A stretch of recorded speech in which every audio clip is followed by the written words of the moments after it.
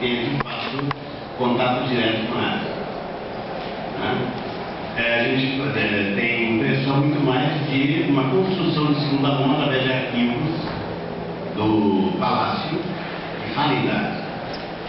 Mas, por outro lado, não há nenhuma dúvida de que várias das características que o documento nos apresenta sobre a área, inclusive os inícios da urbanização, no começo dos primeiros anos do segundo milênio, com o desaparecimento momentâneo da vida urbana e uma dispersão tribal na Síria Palestina, que justamente o documento de Sanherret é o primeiro a mostrar que está começando a recuar.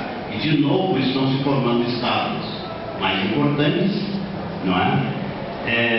E, portanto, isso confirma o que um pouco depois a arqueologia, por exemplo, vai mostrar.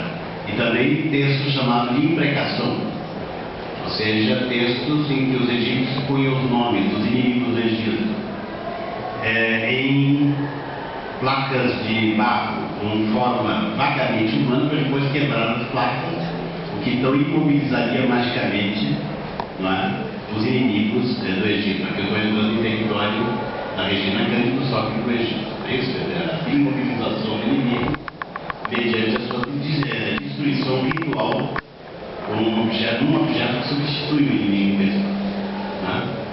Então, quer dizer que, por um lado, a gente vê que o conhecimento da Ásia é um conhecimento mal baseado, segunda mão, mas, ao mesmo tempo, ele é confiável em muitos pontos.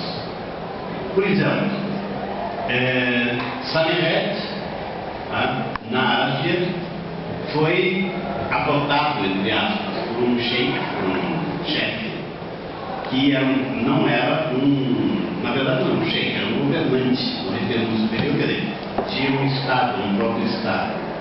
Já que ele foi feito comandante do exército com um vocabulário que o Egito jamais aplicaria uma tropa nômade, uma tropa de beduínos, e se casou com a sua filha mais velha.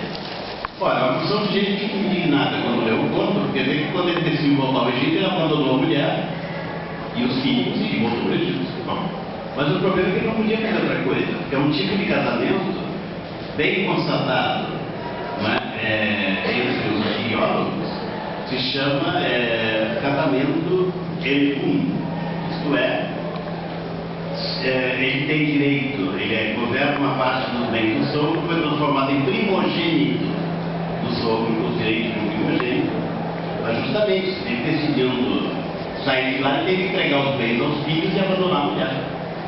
Ele não vai levar a mulher para o Egito. Então você tem que o conto, apesar de tudo, é autêntico muita coisa. Esse costume existia de verdade.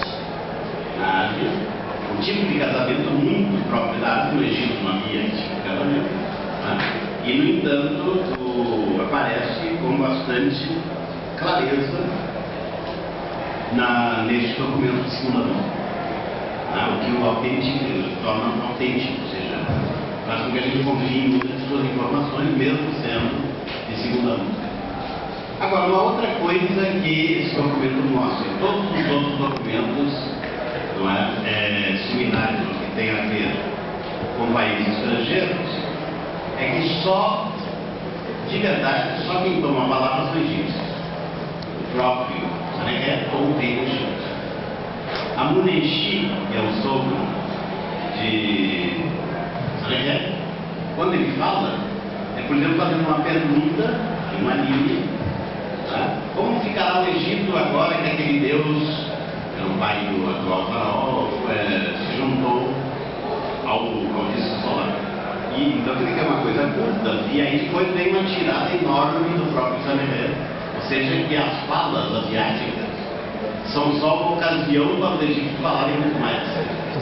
De outras palavras, os asiáticos não habitam, os asiáticos não dão opinião. Eles solicitam opiniões às vezes, que os egípcios então desenvolvem. Ou seja, que na construção textual, quem toma a palavra são, por definição, egípcios. Parece um pouco aquele diálogo socrático, ou também da Índia Antiga, onde, por exemplo, o interlocutor de Sócrates diz o que sim, respondendo não. E aí então Sócrates depois fala. Mesma coisa, porque tem que a